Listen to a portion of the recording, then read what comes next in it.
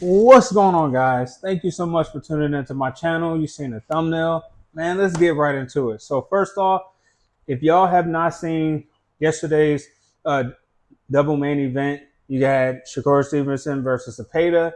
Then you have Berlanga versus Hamzah Sheeraz. First off, I'm going to talk about Berlanga versus Sheeraz. All right. Holy wow. I don't think anyone was expecting that knockout. I don't think Berlanga was even expecting that knockout, right? But this is all I want to say, because I'm seeing a lot of, comments, a lot of comments talking about that. This is karma for him disrespecting Oscar De La Hoya. This is for him not taking, the fight serious. First off, this was this man's hometown. Why would Berlanga not take this fight serious? He went to school with these people. He's got his family watching, his girl watching, his friends watching. Why would he not take this serious? I do believe that Berlanga was prepared for this fight. I don't think he was disengaged mentally at all. First off, we don't know what he said, or excuse me, we don't know what Oscar De La Hoya did to him. All we seen was him throwing fishnets, money, and wig at Oscar De La Hoya. But we don't know what Oscar De La Hoya did to him. That was just his response, right? So we can constantly say, that's what you get, that's what you get. But I do think that this man really did train for this fight. And we seen that within the first 3 rounds. We seen that. I thought Berlanga did a good job. He was boxing. He was getting on the outside of the guards, digging in the kidney. I thought he did really good. At the same time, it's like, first off, don't talk a lot of crap if your chin can't handle the power. Okay? If your chin can't back it up, you need to shut up. Be quiet. And that's obviously what happened 4th round at the end of it. Berlanga ended up, obviously he got clipped. I want to say because of the angle, I couldn't really see if it was on his temple or his chin. Either way, he got hit somewhere in this region. And it looked like he got stunned because I seen him like this, like he stood still. And obviously, Sheeraz seen that, and he just started throwing, and then knockdown.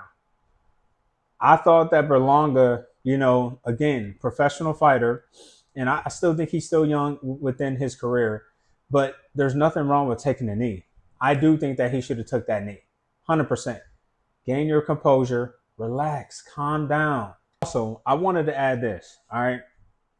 So when he got hit and hurt by Sheeraz, he was pretty much up on the ropes, defenseless. Sheeraz was throwing punches. He's doing all this. And I get it. He's not all there. And I think that a lot of fighters, when you do shadow box, I think you guys not just shadow box offensively, shadow box in defense as well. Act like you got hit with a good power shot. And, what do? Train yourself. What do you do when you get hit with a big shot like that? Boom. Okay. We know if you get hit with a right hand, sometimes the left hand is going to come. So when we get hit, boom. Okay, cool. I know that left hand is coming. Bring your hands up. Slip. Practice. Practice that hand-eye coordination. You know what I'm saying? When you get hit, there's nothing wrong with taking a knee, especially if you know you can't move forward. If you know you are that shook and this dude is coming and he's going to press the attack. There's nothing wrong with hugging him.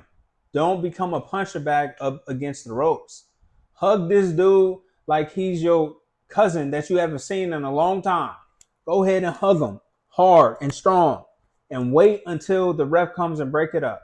There's nothing wrong with that. If not, get on your bicycle. Move. Jab. Throw something out. Keep this guy off you. Because Sheeraz kept pressing the attack. There's nothing wrong with that. Don't get up quick, man. Get yourself together before you proceed.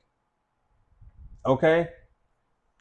My second favorite fighter, Timothy Bradley. What did he do when he got rocked in the 12th round against Provodnikov?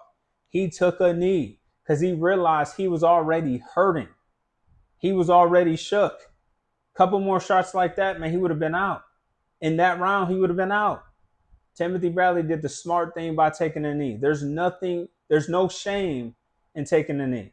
There's no shame in moving, keeping this guy off you. It's called trying to survive that round. Okay? So, again, in short, when you practice shadow boxing, don't just practice offensively. Practice defensively. Talk to your coach. Figure out what y'all need to do in times and moments when you get hurt. What to do and what not to do. Realize where you at. Oh crap, I got hit. Okay, cool. How do we bounce back from this? I think he should have took a second. Instead, he jumped right back up trying to fight. And I get it. You know, you want that get back. Totally understand. But then you get knocked down again. And this time it's looking uglier, right? And more brutal. He gets saved by the bell.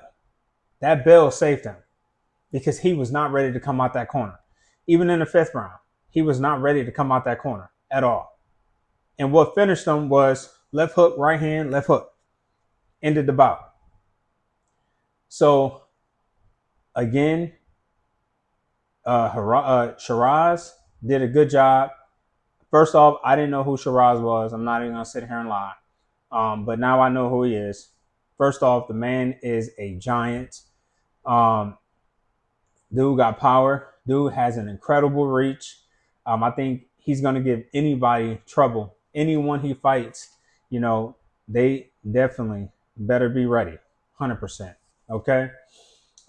Again, I do think that Berlanga can bounce back from this fight. I don't know about his chin.